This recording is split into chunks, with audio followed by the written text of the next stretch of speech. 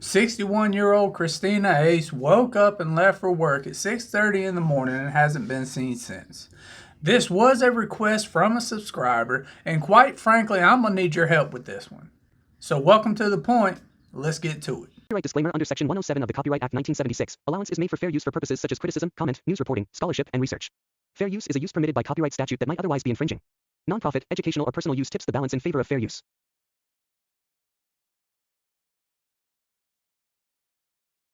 So traditionally speaking, when you have a story involving a spouse who ends up missing, you want to first look at the husband and look at that relationship. Now, are there any reports out there online that make some sort of accusation Cristina was having problems with her husband or there was some history of violence? Well, according to her co-workers at Roseland Care Center, she never talked as if there was some sort of problem between her and her husband. And law enforcement has said that her husband, Annabelle Diaz, reported her missing fairly quickly and has cooperated with police.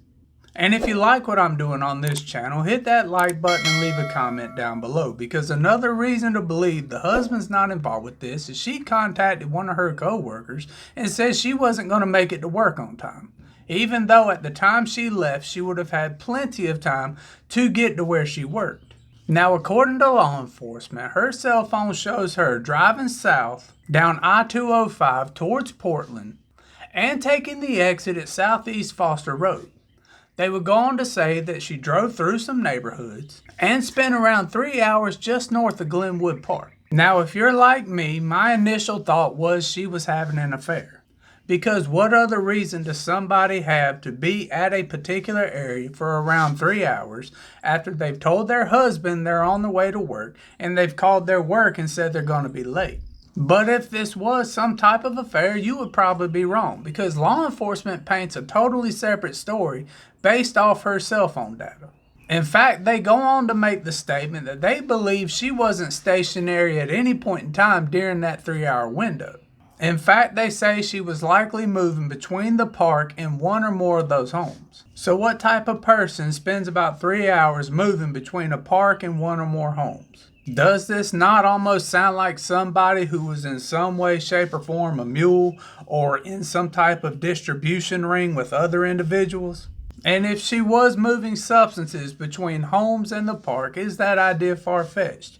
Is it far-fetched to suggest that there may be a possibility that this 61-year-old nursing director had ties with some sort of distribution ring in the city of Portland? Or maybe this is a scenario where she was running substances from point A to point B, and in return she would get her own substances for free or at a much cheaper price. And when you pull up a crime map of that area, you can see that the predominant instances surrounding that park are mostly weapons charges and substance charges.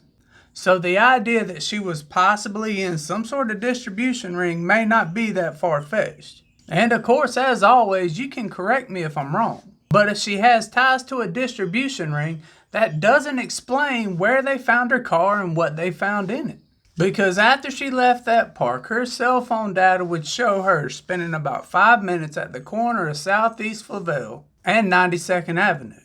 And yes, this particular Google Street View is about 6 months old, but you can see right there in this image that that convenience store has a camera on it. And you would think that the story of a 61-year-old nursing director going missing in the city of Portland would cause thousands of tips to pour into law enforcement. But what's alarming about that is law enforcement is saying the tips are few and far between. Almost as if there's some sort of organized crime in that particular area. And the people who live within that area know that if they talk to law enforcement, there's going to be some type of retribution. But we know for a fact somebody somewhere saw something, because her 2013 gray Toyota RAV4 would be found the next day on the 27th of March, right across the street from her apartment complex. And that almost sounds like somebody's trying to send a message to the surrounding community. Now, law enforcement got a search warrant to go into that vehicle, and what they found was duct tape, various hairs, and white powdery residue that they believe was some type of cleaning agent. But we have not heard at this particular point any reports of them finding any of Cristina's DNA within that car. And a huge question within this story that I can't quite figure out is how did her car end up across the street from her apartment complex? Now, if it was Cristina that drove the car, why were there cleaning agents found within the vehicle? And if she happened to be the one to drive that vehicle, why wouldn't she just go to her apartment? And if this was a situation where somebody was intentionally trying to cause her to pass away, why would they take the additional risk of driving her vehicle back to an area where they know people would be looking for it? Unless they're trying to send a message, unless they're trying to tell everybody within that community that we'll do what we want, when we want, and we will move freely from point A to point B without any fear of being caught. Or was this a situation where her passing was accidental? Maybe she had gotten a hold of some type of substance that had other stuff in it, and that caused her to pass away. And in a fit of guilt, those individuals cleaned up the car, removed as much evidence as possible, and took her vehicle back to where she lived in some sort of failed attempt to say, "I'm sorry." Now, of course, that last one seems the least likely to be possible. But when you factor in Cristina's boss describes her as a model employee, in fact, he goes on to say that she was the one responsible for training most of the people who are currently working there. So what is likely about this story to begin with? And what was she doing in an area like that?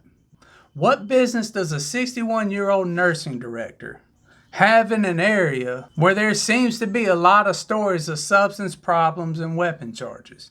That doesn't necessarily seem like the type of area you would find somebody like her in. Unless there's some type of scenario where Cristina had just somehow lived a double life and lived it very well, I don't see any logical reason she should be in that particular area.